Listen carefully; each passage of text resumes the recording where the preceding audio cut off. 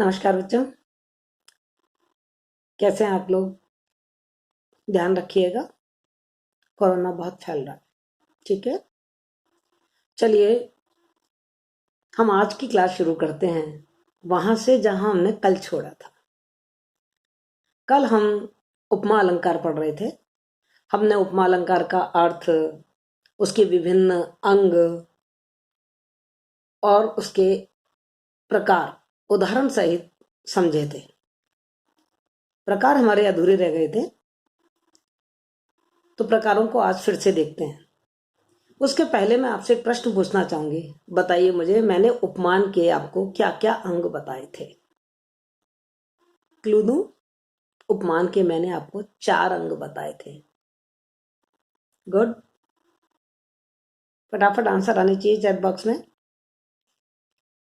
जी हाँ, उपमान के 4 अंग हैं। उपमेय, उपमान, साधारण धर्म, वेरी गुड, और वाचक शब्द। उपमेय जिसकी तुलना की जाए, उपमान जिससे तुलना की जाए, वेरी गुड। साधारण धर्म जिसके कारण, जो दोनों में समानता है, जो गुण दोनों में है, जिसके कारण हम उनकी तुलना कर रहे हैं। और वाचक शब्द वे शब्द जिनके माध्यम से हम समानता या तुलना दिखा रहे हैं। इसी आधार पर उपमा के 3 प्रकार माने गए हैं। पहला प्रकार है पूर्णोपमा। शब्द पे ध्यान दीजिए, पूर्ण उपमा, पूर्णोपमा, पूर्ण उपमा। अर्थात जिस उपमा में, जिस अलंकार में हमें उपमा के 4 अंग दिखाई दें। 4 अंग कौन कौन से? उपमेय भी, उपमान भी, साधारण धर्म भी और वाचक शब्द भी। उपमेय क्या है? जिसकी तुलना की जा रही है। उपमान क्या है? जिससे तुलना की जा रही है। साधारण धर्म क्या है? जिस गुण के कारण समानता या तुलना की जा रही है। वाचक शब्द क्या है? वे शब्द जो समानता बता रहे हैं। जैसे मान लो हमने एक उदाहरण ले लिया कि, वेरी गुड बेटा, बहुत अच्छी बात है, कोमल कुसुम समान देह से। कोमल कुसुम समान देह से। अब इसमें उपमेय क्या है? इसमें 4 अंग बताओ मुझे। उपमेय है इसमें?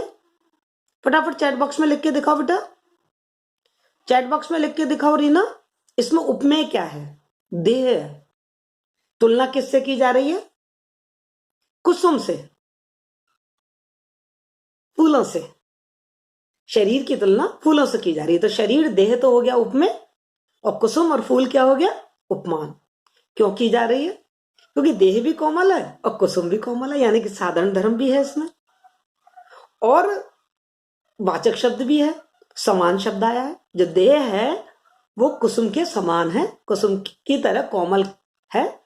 तो 4 अंग आ गए। उपमेय भी आ गया, उपमान, उपमेय आ गया, देह, उपमान आ गया, कुसुम, और साधारण धर्म आ गया, कोमल, और वाचक शब्द आ गया, समान, यानी कि पूर्णोपमा। कौन सी उपमा हो गई ये? पूर्णोपमा, क्योंकि इसमें उपमेय के 4 अंग विद्यमान हैं। चलिए एक उदाहरण और देख लेते हैं अच्छे से। पूर्णेंदु सा मुख खिल गया। पूर्णेंदु सा मुख खिल गया। क्या खिला? मुख। तो मुख क्या हो गया? उपमान। सा वाचक, वाचक शब्द। सा मतलब तरह। पूर्णेंदु पूरा चंद्रमा, पूर्णमासी वाला चंद्रमा, उपमान हो गया। खिल गया साधारण धर्म हो गया। मुंह भी ऐसे खिला हुआ है, चंद्रमा भी एकदम रोशनी से भरा हुआ है, चांदी पूरी तरफ से खिल रही है। ऐसे व्यक्ति का जो मुख है ना, वो भी खिला हुआ है, प्रसन्नता से खिला हुआ है, उज्ज्वलता से खिला हुआ है। तो 4 आ गए, उपमेय, उपमान, साधारण धर्म और वाचक शब्द। इसको कहते हैं अपन पूर्णोपमा। Are you getting me? समझ में आ रहा है बेटा?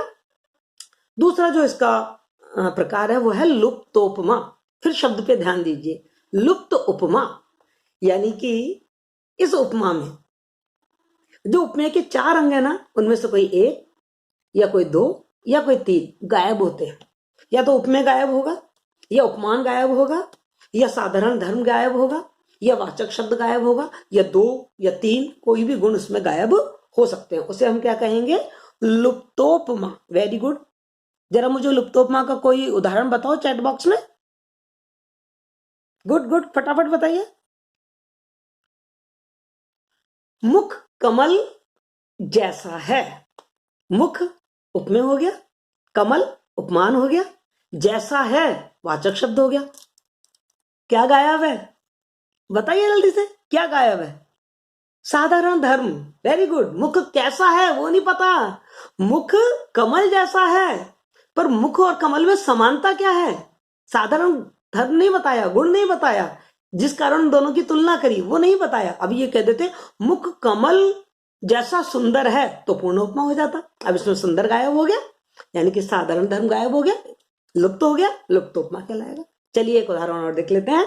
वह नव नलनी से नेत्र वाला कहाँ है? वह नव नलनी से, नव नलनी उपमान हो गया, से वाचक शब्द हो गया, और वह नव नलनी से नेत्र वाला, ठीक है, किसकी तुलना की जा रही है?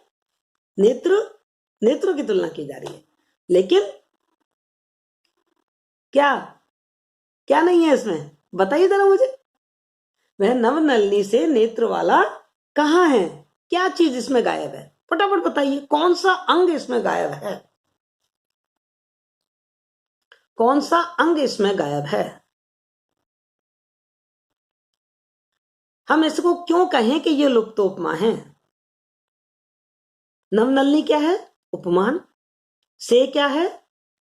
वाचक शब्द, ठीक है। और साधारण गुण दिखाई दे रहा है क्या आपको? नहीं दिखाई दे रहा ना? तो बस साधारण धर्म नहीं है, इसलिए इसको लुप्तोपमा कहा है। तो पूर्णोपमा, लुप्तोपमा क्लियर हो गए। अब देखिए एक तीसरा प्रकार और है इसका, उसे हम कहते हैं मालोपमा। क्या कहते हैं उसको? मालोपमा। अब ये मालोपमा क्या है, बहुत ध्यान से रखना। तो मालोपमा, माल बहुत है यानी कि एक ही उपमेय के कई सारे उपमान दिए जाते हैं, बहुत माल है क्लियर। एक ही उपमेय, मुख, मुख चंद्र कमल है गुलाब जैसा। मुख एक ही है, उसको चंद्रमा भी बता दिया, उसको कमल भी बता दिया, और उसको गुलाब भी बता दिया।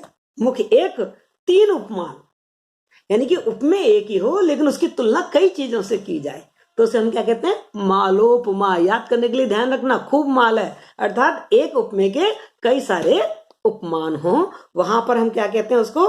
कि वो मालोपमा है।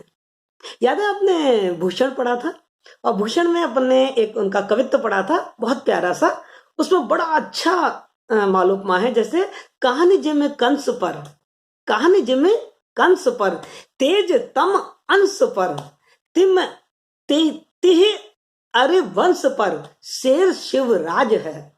शिवराज शिवाजी, शिवाजी की बहादुरी का वर्णन किया गया है। तो कैसे तुलना करिए शिवाजी की? कन्हैया से तुलना करिए। जैसे कन्हैया ने कंस पर अपना अधिकार कर लिया था, जैसे तेज, सूर्य के तेज ने, सूर्य की ऊर्जा अंधकार को खत्म कर देती है, वैसे ही शिवाजी ने दुश्मन के वंश को खत्म करके उस पर अपना अधिकार कर लिया है।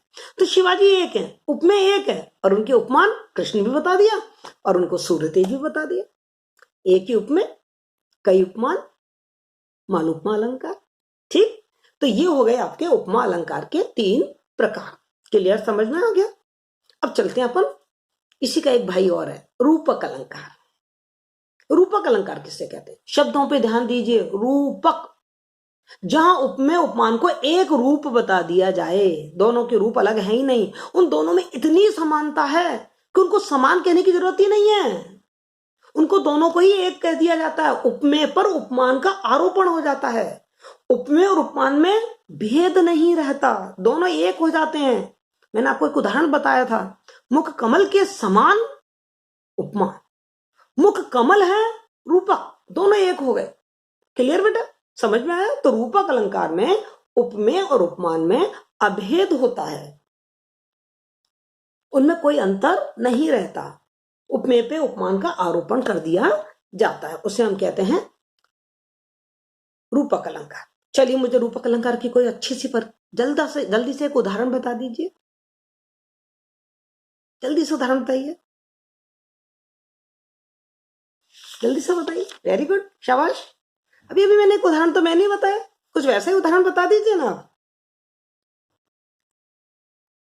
चरण कमल, वेरी गुड। चरण कमल पखारन लागा, चरण को क्या कह दिया? कमल। चरण कमल, ये नहीं कहा चरण कमल के समान, यदि ये कह देते तो उपमा अलंकार हो जाता। चरण कमल, चरण और कमल को बिल्कुल एक बता दिया, चरण पर कमल का आरोपण कर दिया, चरण और कमल में अभेद पैदा कर दिया। इसको कहते हैं हम रूपक अलंकार। चरण कमल पखारन लागा। क्लियर, समझ में आया। ये रूपक अलंकार के भी 3 प्रकार होते हैं, ध्यान से सुनना। रूपक अलंकार भी 3 प्रकार का होता है। पहला सांग रूपक, पहला कौन सा? सांग रूपक। दूसरा निरंग रूपक और तीसरा परंपरित रूपक। अब देखो सांग रूपक, शब्दों पे जाइए। सांग रूपक, अंग शब्द आ रहा है ना, सभी अंगों का।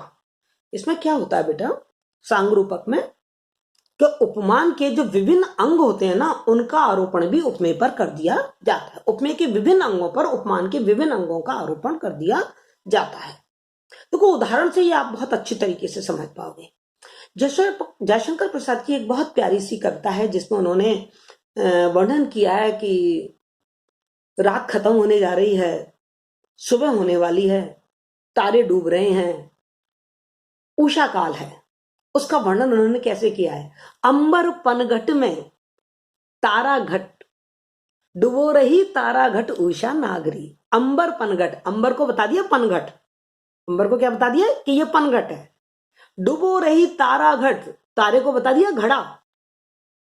उषा नागरी, उषा को बता दिया चतुर स्त्री। जैसे एक चतुर स्त्री घड़े को सरोवर में डुबो रही है पानी भरने के लिए, ऐसे ही उषा ने, उषा काल ने सारे तारों को अंबर में डुबो दिया। तो देखो अंबर, तारा और उषा, ये 3 हैं उपमान के, और इन तीनों के उपमेय भी बता दिया उन्होंने। इसीलिए इसको हम सांग रूपक अलंकार कहते हैं। एक इसका बड़ा प्यारा सा और उदाहरण है, बहुत बार आपने सुना है। आपको मैं छोटी सी उसका प्रसंग बता दूं तो आपको समझ में आ जाएगा कि राजा जनक की सभा है, सीता स्वयंवर का दृश्य है, और कोई भी धनुष को तोड़ नहीं पा रहा है। सब लोग बड़े चिंतित हो रहे हैं। इतने में ही राम जनक की सभा में आते हैं, और राम को देखते ही वहां बैठे हुए जितने भी सज्जन पुरुष हैं, संत लोग हैं, वो खुश हो जाते हैं और उनकी आंखों से प्रसन्नता झलकने लगती है। इस बात को तुलसीदास जी ने बड़े प्यारे रूपक के साथ समझाया है कि उदित उदयगिरी मंच पर रघुवर बाल पतंग, उदित उदयगिरी मंच पर रघुवर बाल पतंग, और विकसे संत सरोज सब हर्षे लोचन भृंग। अब देखिए यहां पर कैसे उपमान के अंगों का उपमेय के अंगों पर आरोपण किया गया है। राम को बता दिया बाल पतंग, अर्थात सुबह का सूर्य जो अभी अभी उदित हुआ है, क्योंकि उस समय राम क्या है, युवा हैं, तो उनकी तुलना किससे कर दी? प्रातःकालीन सूर्य से जो अभी अभी उदित हुआ है। अब तो सूरज कहां से उदित होता है? पर्वत के पीछे से।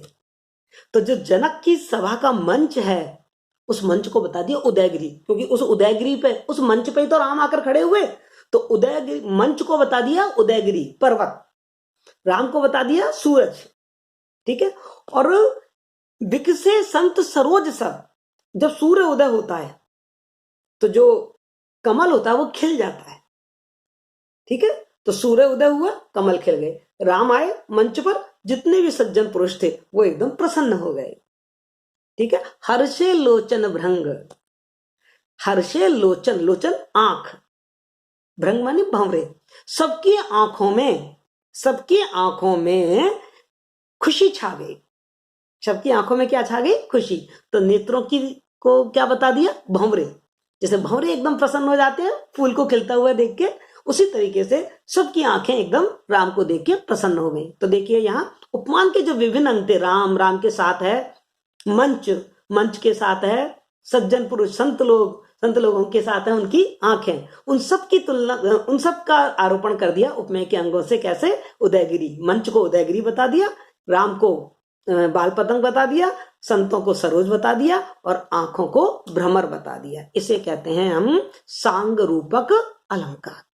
आशा है आपको बहुत अच्छी तरीके से ये समझ में आ गया होगा।